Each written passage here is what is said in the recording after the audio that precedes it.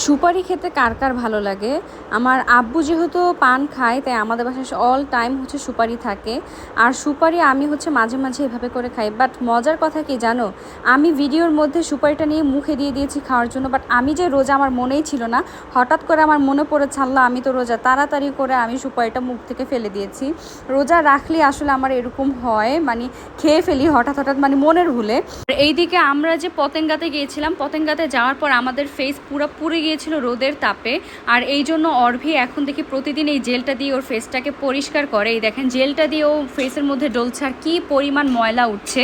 এই জেলটা দিয়ে যদি আপনি আপনার ঘাড়, তারপরে হচ্ছে হাঁটু, কুনুই, তারপর গলা এগুলো ডলেন, তাহলে কিন্তু কালো দাগ বা ময়লাগুলো একদম মানে উঠে যাবে। এই দেখেন অর্ভির ফেস থেকে কি পরিমাণ ময়লা উঠছে।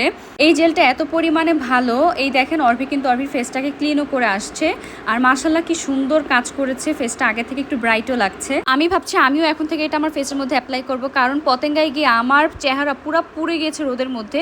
মানে হিজাব দিয়ে যতটুকু ঢাকা ছিল অতটুকুই ঠিক আছে, বাট যতটুকু ফেস বাইরে ছিল একদম পুড়ে গিয়েছে আমার ফেসটা। এই জেলটা দিয়ে যদি এভরিডে তুমি তোমার ফেসটাকে ক্লিন করো, অথবা গলা ঘাড়, একদম কিন্তু কালো দাগ আস্তে আস্তে চলে যাবে। তোমার ফেসটা মানে ফেসের থেকে ময়লা আস্তে আস্তে একদম উঠে আসবে।